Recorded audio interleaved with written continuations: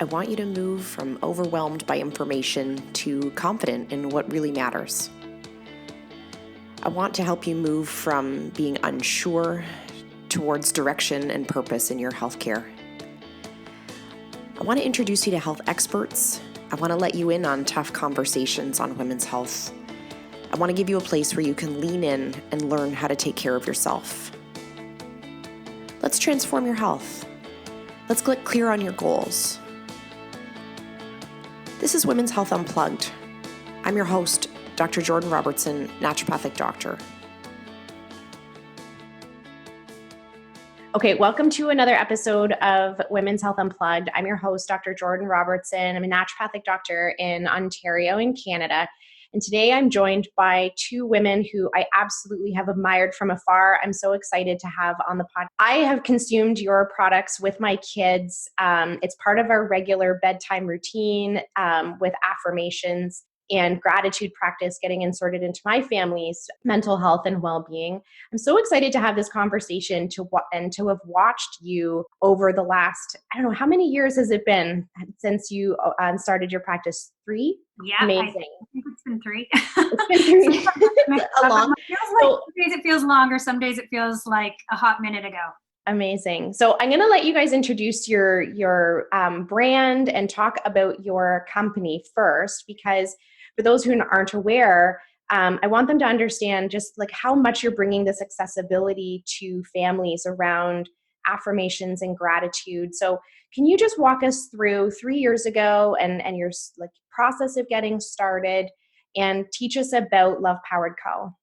Sure. Well, thank you so much for having us, Jordan. We are so honored to be on your podcast. So I'm Lindy. And yeah, we started this business about 3 years ago. I want to say, I don't know how I don't know that. It's not that long ago. But it came out of just a love for affirmations for ourselves. Both Anna and I were practicing affirmations. The way that we came to affirmations was very, very different, but the transformative benefits that we both realized from practicing affirmations was the same. And it really did add so much to our lives. And so we loved affirmations. We were both just personal development fanatics. We were learning about spiritual psychology. We were practicing affirmations and gratitude, and we were doing all of these things. And what we realized was that there weren't a lot of tools a few years ago for families, for kids. There were certain tools that we found that were very, I don't know how to explain it. Maybe woo-woo would be the word. There were some things that you could find, but they were few and far between. They weren't accessible. They weren't in the mainstream. So you wouldn't go to your local shop where you're going to go buy some gifts for your friends or your kids or for birthday parties and find affirmations there. They just weren't available. And so we were looking at our kids one day. We were at a play date. We were talking about, affirmations. We were talking about what we were learning and what we were practicing in our own homes in terms of personal development. And we were looking at our kids, and we just thought how crazy it is that these tools aren't developed in a way that's approachable and digestible for a child. Why can't there be something like that? So we decided, you know what, there's definitely a hole in the marketplace, because we want this for our families. We want this for our kids. And if we want it, there has to be other moms out there that want it too. And so there was kind of a multifaceted piece to this. We wanted to create something that was digestible and approachable for moms, for kids, for families, but we also wanted it to be so beautiful and so lovely to look at that it didn't feel like you were jumping into this world of, spiritual psychology or personal development, like self-help. We didn't want to label it any of those things. We just wanted it to be something simple and beautiful and a beautiful moment of connection between parent and child or caretaker and child that would almost be the gateway into this world. So we definitely thought that if the hole is there in the marketplace, we were the people to fill it, because we had the background. We were both business grads. We were both, came out of sales and marketing gigs, and we had the passion for it. And that's kind of where it came from. So we launched Love Powered Co., the affirmations that are as beautiful as they are meaningful. We launched with Love Powered Littles. So they are I Am Affirmations for kids. And since then, we have Love Powered Teens, Love Powered Femme. We've done different collabs with, the Birds Papaya, with Minnie Mioche. We've done We've done a lot of things, I feel, over the last few years. But the funny thing is, it does really feel like we're just getting started.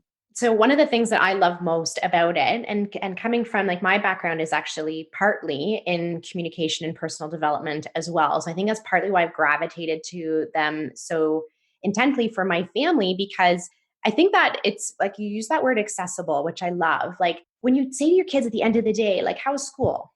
Right? And they go, fine. What'd you do? Nothing. Right? It's hard without that guidance or without having that ability to like ask those more, and they're not leading questions, but they're like more questions that are open-ended that actually allow your kid to actually express themselves a little bit deeper. And I noticed that right away with the questions that are on the cards is that it'd be such a great support for parents who are looking for how to have those conversations with their kids because of the way that the questions are phrased, to actually pull that information out of your kid and actually to pull it out of yourself too while you're reading them. Mm-hmm. Well, that was definitely, during the process of developing these cards, we wanted it to be simple when you first look at it, but so intricate in terms of the meaning that the kids are getting out of it, the connection that the parent and child is getting out of it. So if you actually pull out one of these cards, so on the front, they all say, what's your power? And these are the powers we all have within us. At times, we just need a little reminder. And when you flip it over, for example, I just pulled one here. This one is actually one of my favorites. It says, safety is my power. I am safe. I am secure. I am protected. I am eternally loved, guided, and cared for. I am safe. And so what we wanted to do is for each of these affirmations, we kind of made them synonyms of each other so that it would develop their positive vocabulary where safe, secure, and protected. If they hear the word protected, they're going to think safe. When they hear secure, they're going to think protected. And then at the bottom, we have these questions, which you're talking about, Jordan. Can you remember a time when you knew you were safe? This is where it opens up the conversation. But secondary to that, or even like the main element of this, is when they pull from this experience, if they're not feeling safe right now, but they can draw from an experience of when they did feel that safety, then they know that that is within them and they can come back to that place.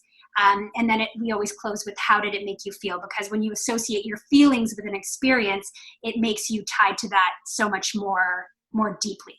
Yeah, I love that. Even just like that, I love that you're bringing that up, those synonyms, because part of what their difficulty is in even being able to communicate, and I think ours too, is that we don't always have the language accessible to us to be able to express what those feelings are, right? Which just makes it more difficult for them and us to communicate those pieces to the people around us to know how to be supported, right? Sure. For sure. And I love like how the brand has shifted over the years with like reaching other groups. And one of the questions I had was like, how different are the needs of those groups? Like, what have you noticed about supporting, youth versus teens versus women?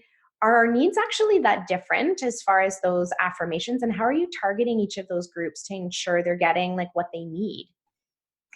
Yeah, for sure. Well, it was easy for us to develop littles because we have kids and we know what we want out of them. We know what we want for them. We know the questions to ask, and we were able to develop it with them. So we would actually practice the affirmations with them, explaining what it means, seeing what triggered, what got them thinking and speaking and talking. It was very easy to develop FEM. That was the most fun because, it was creating something that I just wanted, that we craved, that we loved. It's those little, we call them gentle reminders, right? Those little gentle reminders that you can read or speak or hear, and it can change everything for the moment or for the day. And so that was really quite easy, again, because we're the target market. We are the target market that we are selling to. So that was quite a lovely and easy experience. In terms of teens, it was a little bit more challenging because we're not teens of moms. We're not moms of teens, and we're not teenagers. But what we did have was a group of amazing teenagers around us. So I live in a neighborhood where there's these wonderful teens that are just doing great things. I have nieces and nephews. And so we pulled together a focus group of a group of about 10 teens, and we got them talking, and it made it easier for us to understand what they're going through. The thing is, though, what we realized is we will never understand. The world that they are living in right now is nothing like what we grew up in, and so we can't really understand, but we could take the essence of the feeling, how they are feeling, how they're growing through living in a world like today with the technology, and now with COVID and everything. So we were better able to kind of create something that would speak to them based on what they told us they needed or were craving. And what did they say to you? Like, what do they need? Oh, I feel like that's like a burning mom question. Like, what do teenage brains actually need? they want what we want. Like they want the inspiration, they want the encouragement is really important, and like the self-talk is a huge thing for teens. Like what they're facing right now, when we look on Instagram, picture a 16-year-old girl looking on Instagram and seeing the perfection and what you're supposed to look like and what you're supposed to dress like, and all of those things. They really are looking for the same thing that we're looking for, is that validation. But what we needed to bring them back to is like the internal validation is all you need, right? So that's kind of what we're trying to communicate back to them. But there were some really interesting points that came up in that focus group, such as, remember, Anna, when we were developing the color scheme and we were like, oh, we've got this little peach, like it's grays and different, colors, but we wanted the peachy pink because that was one of our brand colors. And as not teenagers, we're like, oh my gosh, the boys would never look at this because it's got pink in it.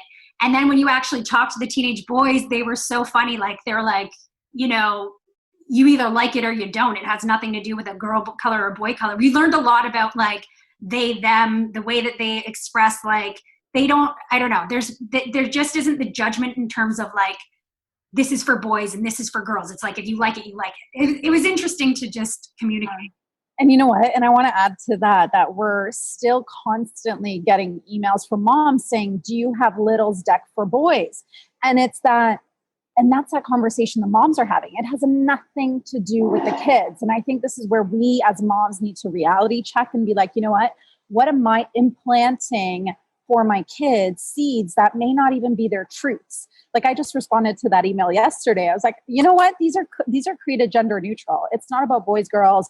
It is totally gender neutral. It's about the words. The words have so much power within them. So I think this is a really important moment to, especially as moms, to pause and say, am I placing my own fears, my own judgments, my own perceptions onto my kids that may not be their truths? And it's as simple as dealing with colors. And I think, that was that perfect combo with that teen boy. I remember so clearly and vividly. And, it's a great reminder. That's so interesting, because I think we too think about that pausing and reflecting, and even the affirmations is a more feminine trait, right? It's having people access their feminine, whether they are male, female, or however they identify. It is that accessing that more feminine side of themselves.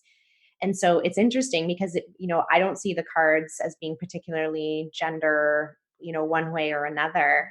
But I'm wondering, if those moms are thinking like this, because this is such a soft, touchy, feely concept, do we need to harden it up to pull our boys into being interested in the conversation, where those boys are probably like, they're craving that conversation too, right? We just haven't pulled them into that conversation as often, or maybe we feel like it's going to be more difficult. It's funny. As we're talking about this, it's funny to think of it as a more like feminine thing or a masculine thing. But when we were talking a lot to athletes and talking about athletes recently about, practicing affirmations and that kind of thing. And there's so in that world of sport, for example, almost every sport, the positive self-talk, pumping yourself up, it might be done in a different way, but it is completely practicing affirmations in a really intense way. You got this. You're going to do it. You're going to do it because you're a champion. Looking in the mirror and speaking to yourself that way with that kind of, what's the energy? Like, that is an affirmation. And so many people who are really high level CEOs, sports athletes, different people, they're practicing affirmations without even realizing it. And so maybe they didn't think that they need to go out and buy guided affirmations, but people are doing it all the time without even knowing what they're doing.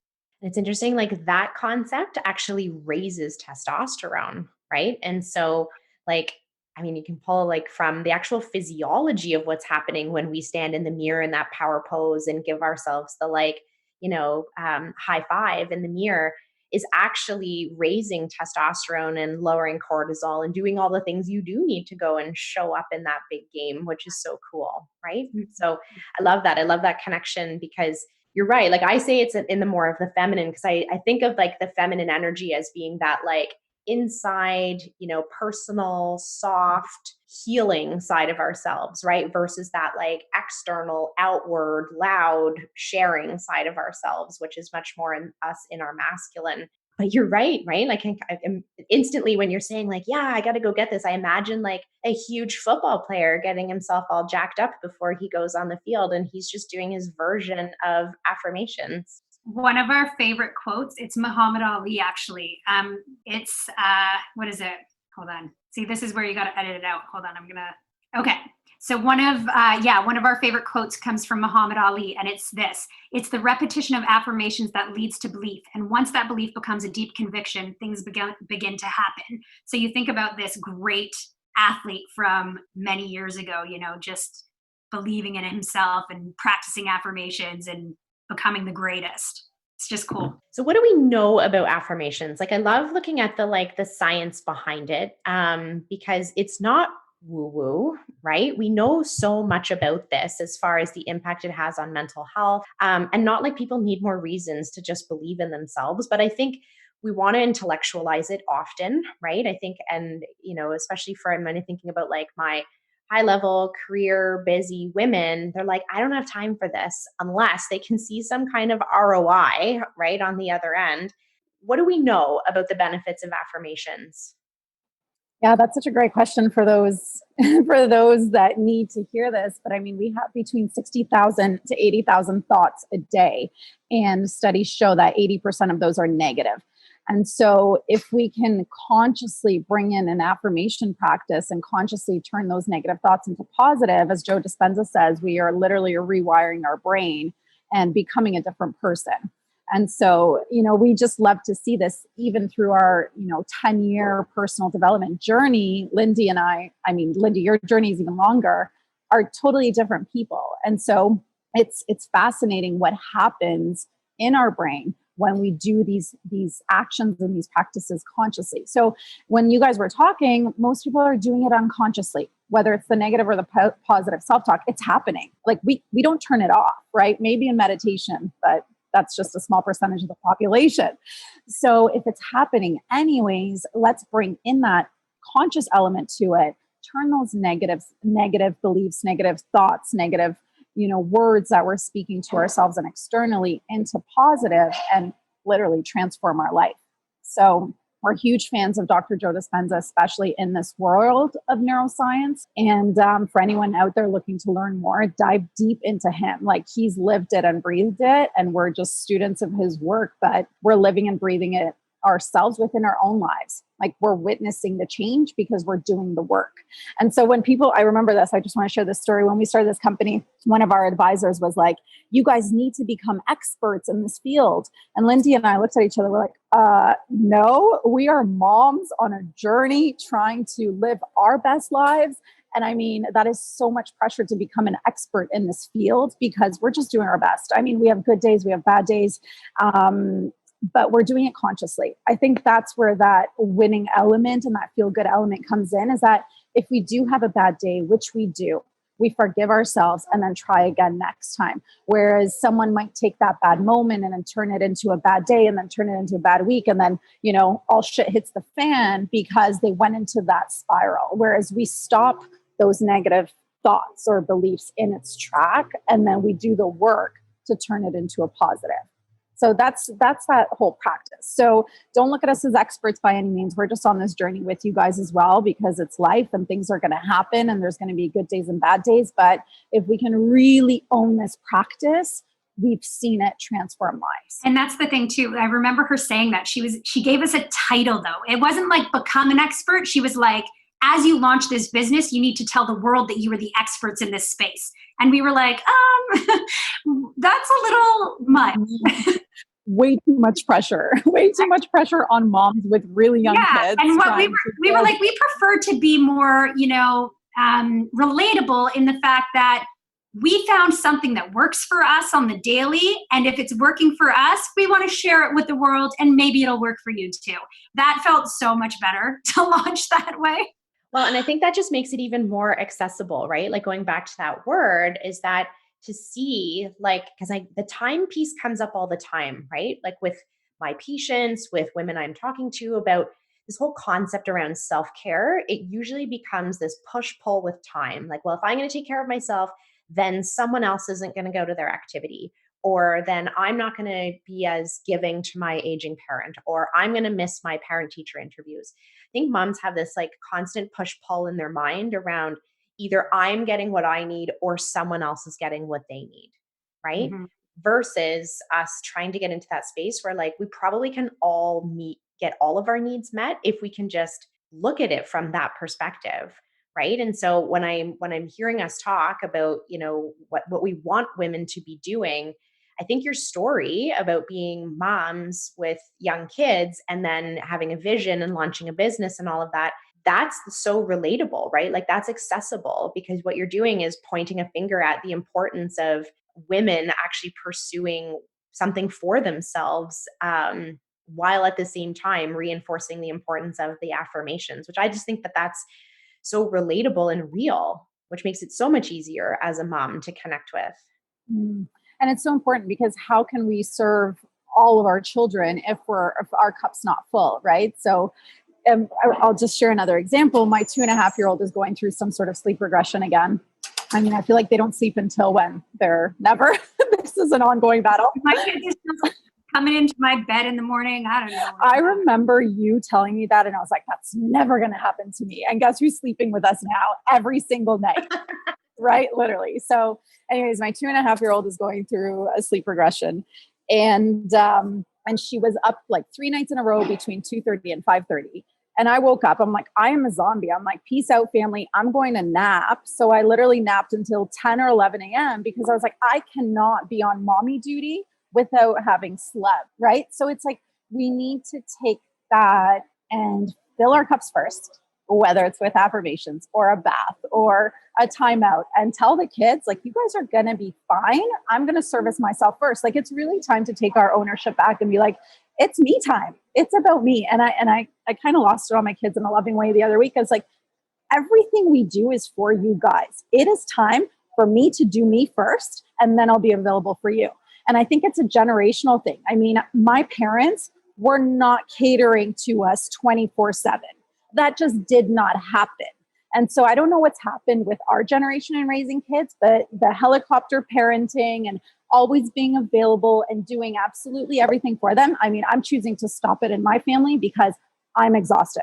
And if I'm exhausted, I am not the best version of me, and I cannot show up for anybody else. Mic drop. Mic drop. I love it. It's my husband and I were just having a very similar conversation to this, because he was saying the other night, he's like, with COVID, we have to work less hours because there's no school and there's no extended care. And yet all the expectations are the same, right? He's like, somehow I have to finish all my work in 6 hours and go pick the kids up at 3 o'clock. Like this makes no sense. And I was like, hold on. This is actually the conversation women have been having for years, right? I'm like, welcome to the world of where you somehow need to run a business, make as much money as your partner, do all these things, and bake brownies for the bake sale all at the same time. This actually this is not a new concept for working women, because that expectation of fulfilling all the roles within a household and having the expectation and the desire probably to show up fully in your work life, that was always there, right? And I think that was such a neat conversation because I was like, oh, a light bulb just went on for you. You can't do all the Thank things. God for coffee. As you're saying that, I was just like, oh God, it's so true. And I started thinking of all the, like, my son has this project tomorrow. I need to go to the dollar store. Like these things to pick up all these things. It's what we can get done. But you must have some strategies, right? And I think that's the other side of this conversation. And so I think the affirmation piece and what we're, making that accessible for women to do on their own at home and reminding them of the power that's within them. I think that's really a beautiful thing. And I want to come back to that. But since we're on the topic of working moms, you must have some strategies or hacks, or like you said, Anna, you're just like that, generational piece is stopping, full stop with you, mic drop. How are you doing it? Right? Like, what do you feel like are those skills? And did you always have those tendencies to be able to delegate or schedule or whatever it is? Like, how are you doing it? Yeah, that's a great question. I do want to bring it up to our other topic though, just quickly, because I'm having these conversations with my other mom friends, and I feel like we're breaking, like we're cracking. It's too much to handle, and so I think the self-care piece, like it's just not a nice to have luxury conversation anymore. Like my friends are breaking, like they cannot handle all of these responsibilities anymore, and so it's sad, and this is where the mental health piece is so important, because if we don't do something about it, it can actually be really bad. And this is like, I said it in a laughing way, but I'm also breaking. I have multiple things on my plate, and my kids are super young and they're super demanding, and so if this taking care of myself first is not my first priority, I won't be available for anybody. I won't be available for this business, for my kids, for my husband, for anybody. So I think it is a deep conversation, and we do need to really look deep within and say, what do I need? Because this going back to new normal, in my opinion, is not going to happen. Okay. There's no going back to what used to be. This is the new normal now, and it's only going to continue. And so it's up to us to create a new normal that fuels our souls, that is sustainable, because the way we're living is not sustainable. Like we're all living on adrenaline, and at some point people are going to break and crack, especially women. So what is it that we need to do first for ourselves every single day? And so when we look at the time management, like, oh God, I don't have it figured out. All I know is that I work 4 hours a day. My husband works the other 4 hours a day. And so that's also a ton of pressure to build a company in 4 hours a day. But guess what? We have to make it work because we don't have the luxury of nannies and anything else. So, there's a few things that we have structured within our life. I work from 9 to 1. My husband works from 1 to 5. Everything else in between, if Sophie, who's not a baby anymore, if she's 2.5 and has a bad night, mommy takes her working time and sleeps in, because I can't work when I'm exhausted, right? So it's like, choose one or two things that are non-negotiable for your life and your schedule that makes you feel good. And everything's a stage. So this is the stage in my life right now that I'm trying to build a big business in 4 hours a day and then be a mom. And you know what? It's just got to be what it just has to work right now. Maybe in a year when they're back to school, it's going to be totally different. But I feel like we put so much pressure on ourselves too, that I think the pressure comes from forecasting and looking too far into the future. So right now, this is what's working for me, and it has to work for me. In 6 months, it might be different, right? So giving ourselves that grace and choosing one or two things that may be right now non-negotiable in your life and your business that you stick to until it doesn't work any longer, because we're constantly adapting, like we were talking at the beginning of this conversation. And what about you, Lindy? Like, what do you feel like? And I want to come back to that, Anna, because I think that conversation around burnout and our women breaking is super important. But before we move on there, like, Lindy, what's your tried and true ways of managing? Yeah, I mean, I've got two kids in school. I've got, my husband and I have a business. I have this business. We've got lots going on. Like everybody's got lots going on, and a lot of activities, all of the rest. And so for me to manage it all, I just know the way that I feel when, again, it always comes back to self-care, what Anna was talking about. If I'm taking care of myself, I am able to do the rest because my mindset is good and it's in that pit of my stomach, worry, stress, anxiety, that kind of thing. And so that for me is affirmations. It's a gratitude practice, and it's moving my body every day. So I know that if I get stuck energy where if I don't go for a run, if I don't do yoga, I can get really stuck energy. My husband is, he senses it in me. He'll just come in a room and he'll be like, drop what you're doing, go for a run. I go for a run and I come back, and 100% of the time, it never fails. My head is cleared. My energy is up. I feel better, and I can be my best self, getting the tasks done, doing all of the things I need to get done. So I'm not saying that everybody needs to go for a run, but getting some fresh air while going for a walk, any of these things, they're all self-care things that you can do. Find what works for you and just make sure that you're doing it and filling your cup so that you can be your best self when you need to do the rest of your day. I think the theme there is listening to yourself and trusting yourself, right? Like that's really like what I hear both of you saying. And even when I, have talked about self-care and trying to avoid that burnout piece, it is that like reflecting on like why are we white knuckling it through a volunteer position or a work meeting or to stay up till some certain made up time that you feel like you need to stay up until, that listening to like and seeing those things in your body, like whether it's fatigue or mood or physical changes or whatnot, that feeling of being broken as a whisper, like that this isn't working, right? Like this is not a good situation that you've got yourself into. And how do we like walk away from that, those whispers of burnout? Because you're right, Anna, like when we get to that place where women are struggling with depression or are struggling with burnout, it is a lot harder like just going to bed early one night doesn't fix it. Mm-hmm. Right? Whereas if we learn to listen to those pieces of ourselves and those sides of ourselves a little bit more intently, then maybe just going to bed at 9:30, which I did do last night, does actually solve the problem. Mm-hmm. Yeah, I think that's a good point is we're constantly getting those hints that something is off. Like if we focus internally and we listen to our intuition, I mean, we know it does, like disease doesn't just come from the unexpected. There's hints along the way. And I think that, there's a huge there's a mental health element and there's a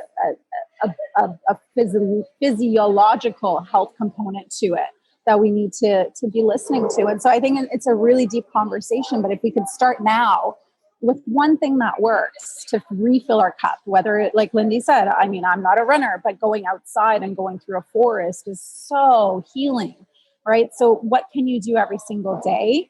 And, you might not feel the results right away, but do it consistently. Even with an affirmation practice, it's not like you're going to transform your brain within a day. It's a practice and it takes time. And I know Lindy in another interview was asked, well, what if I don't believe these affirmations? And she had such a great response. I think that's an important topic because some people are like, well, I don't believe in this affirmation stuff. I'm reading myself the cards, but I just don't believe the words that are on the cards. So Lindy, I'll let you answer that because you had a great response. Yeah, no, I think that a lot of people have that in their head. Well, I tried affirmations before, but what I'm speaking seems fake. When I'm saying it, I don't believe it. And so what I had said before was go for the low-hanging fruit.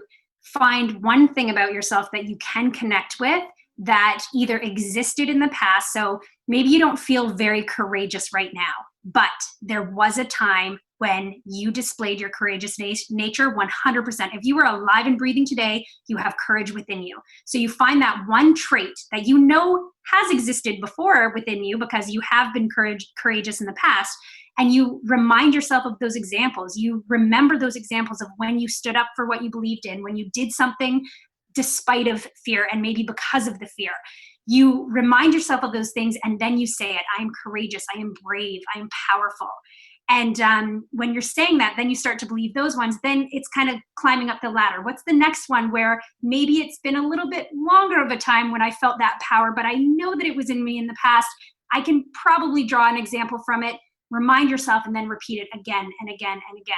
And I think that's what's really different about our affirmation cards too, is we always pull and tie an experience to that particular power. So you can remind yourself that yes, it is within me. I might not feel it right now in this minute, but I've displayed it before and I can get back to that place because it is within me. Lindy, and can you share, so exactly the same principles are applied to children? Remember with Farah and courage as well. So maybe you can share that because it's exactly the same for us women as well as children. It's beautiful. So one of the cool things is with our Love Powered Littles affirmation cards, when the kids are very young and they're asked a question and they're just starting to understand what these words mean, we do have a card that's called Clarifications of Terms, and it's bite-sized definitions of each one of the affirmations. But, for them to pull an experience, when you ask them in the beginning, when they're very young, they might have some hilarious answers. And I think it's just so fun when you ask a 3-year-old, tell me about a time when you're courageous. And they're like, I was at my friend's house and we ate a popsicle. And you're like, that's a good job, But that's where we started with my daughter Farah with these cards when she was 3. And then I remember this moment when I had said, okay, tell me about a time when you were courageous. And it clicked, and it was magical. So she said, I remember being at the cottage at the lake, and I was standing on top of the highest rock, and I was so scared, and I didn't know if I could do it, but my cousin said, you can do it. And I held my breath and I jumped into the water. I am courageous. And I was like, oh my gosh, she gets it. She actually, something turned, she got it. She actually identified an experience from like 5 months before, and she remembered that. And it reminded her that she is this courageous little being, and she can be courageous when she needs to be. It was really cool. That's so cool. And it's funny that we need that too, right? Like as adults, that you're right, like drawing on that past experience, it's evidence, right? Like people say, well, I need evidence that it's going to work. And it's like, well, you have evidence within you that you've done all of those things, that you've been all of those things, but yet it's just not accessible to us on the day to day, right? We're not naturally inclined to recall when we felt particularly powerful and courageous, right? And I think Um, the experience of saying it out loud brings it closer to you. So, for example, the safety card. We went through a period of time. I think Anna, you're in this now. I can't remember, but my kids were scared at night, and so the safety card is what they were falling asleep with. And when I would ask them right before they fell asleep, do you remember a time when you felt super safe? When they're saying it, they're actually bringing themselves into that memory, which brings that feeling of safety in that moment. It's really cool to watch and experience. It's funny, as a side, like sort of funny story, my son cannot connect with the peace card because he is not a particularly calm and sitting still kind of child. And so that's one that he pulls out that he just like can't read because he's like, nope, this one is not me. So hopefully one day we will get there. And when he reads it with like sarcasm because he knows that it is like the complete like opposite of how he actually is. I am still. He's like, I am not still, but we're still hopeful that may become one that is accessible to him at some point in time. Anna, how long do you feel like it takes for women to sort of flex this muscle for it to become something that is part of that regular practice? Or maybe Lindy, you can comment on this too, like that whole idea of like not believing in it, but we need to just repeat it, right? In order for it to become something that becomes available to you in those hard moments. How long do we think that takes? Well, I remember reading something that it takes 21 days to form a new habit, right? So it's really building that new habit concept and idea. So if we can sit there, I don't know, set ourselves a 30-day action where we take our cards, we repeat affirmations, we see them daily. So Lindy and I love reminders. I mean, when you go into our houses, we have reminders everywhere, whether it's wall prints or the cards on the bathroom mirror, in the kids' bathroom mirror. So it's just constantly reminding ourselves of this. We'll take Post-it notes and write affirmations everywhere. Our bookmarks are affirmations. It's just constantly being immersed with it because we all need those little pick-me-ups throughout the day. Things happen, we get triggered. How do we get quickly back into alignment? And so I always say start for 30 days. And it's like going to the gym. I mean, you haven't been to the gym for a few years. You're back like, oh God, I got to go again. Once you're there, you're feeling great. Once you leave, you're like, oh my God, I got to do this every single day. So it's that same feeling with affirmations. When you're doing it, you start to feel good. You start to, build that confidence. Let's say that confidence tool, or maybe you're like, okay, I am whatever it is that you need to be working on. 30 days, just start there. And then once it becomes a habit, you just keep doing it, right? Like when we find tools that make us feel good, we're just going to continue using those tools. But we need to get to that point where it's a habit. Mm-hmm. And I even think when I think back to like my original gratitude practice, I was terrible at it, right? Even though I know the benefits, I know all the things. And yet I had moments where I was like, and I actually have the pen right here. Like I have this sparkly Swarovski pen. And I remember one morning that I sat down to do my gratitude work and I was like, this week is shit. Like I've got nothing. And I was like, I'm grateful for my pen, right? And that's what I wrote. I'm like, I'm grateful for this pen. And it took many, many, many practices to get to this place where I actually realized that what I was writing down were actually obstacles, and yet I was able to spin them into opportunity and gratitude, right? I am grateful that my trip got canceled because it's allowing me to do this. Whereas in the beginning, I could barely think of anything beyond the like literal physical object that was in front of me. But it was only through that repetitive action that they evolved to this place where I was grateful for tension in a relationship because it was letting me heal something, or grateful for a conflict that I was having because it was letting me stand up for myself. But those were not accessible to me on that first day. Like nothing was accessible to me on that first day, aside from my like beautiful Swarovski pen. And that's funny because when you're reminding me, we do our gratitudes before dinner every night. So it's almost like a new age grace. Before anybody takes a bite of anything, we go in a circle and like, what are you grateful for in this moment? So in the very beginning with my kids, it was always, my Barbies. I'm grateful for my video games. Like it was always something physical. And to watch that evolve to, I'm grateful for this delicious meal that my mom cooked and that the farmers farmed, or, I'm grateful for the beautiful weather because it made me feel happy today. To watch the evolving, what they say they're grateful for is a really cool thing. Can I show you something? Yes. So we have 3 new products coming out, and we partnered with Indigo Kids. And we basically talked to them about what it is. We've been listening to our customers of what they're looking for, what they're craving in their own homes. And also we talked to Indigo, and they have been speaking to their customers about what parents want. And the number one thing that parents are looking for, what do you think it is? I don't know. They want their kids to be more grateful. They want them to have more gratitude in their life. They want their children to really appreciate all that they've been blessed with. And so we developed this mini box set. It's called their gratitude cards for kids. And so they're very similar in that it's a prompt.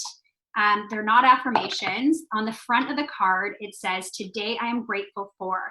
And you flip a card and you focus on that particular gratitude for the moment or for the day. And it's really just encouraging your children to take notice of all of the beautiful blessings that they have in their lives and to then actually express their thanks. So shall we pick a card? Yes. I love this. My next question was going to be like, where are you going next? But here you are sharing it with me. So this one says, today I am grateful for flowers. And by the way, these are things that anybody can be grateful for. So we really wanted to take into consideration that there are many different children living many different lives, but every kid out there can be grateful for flowers.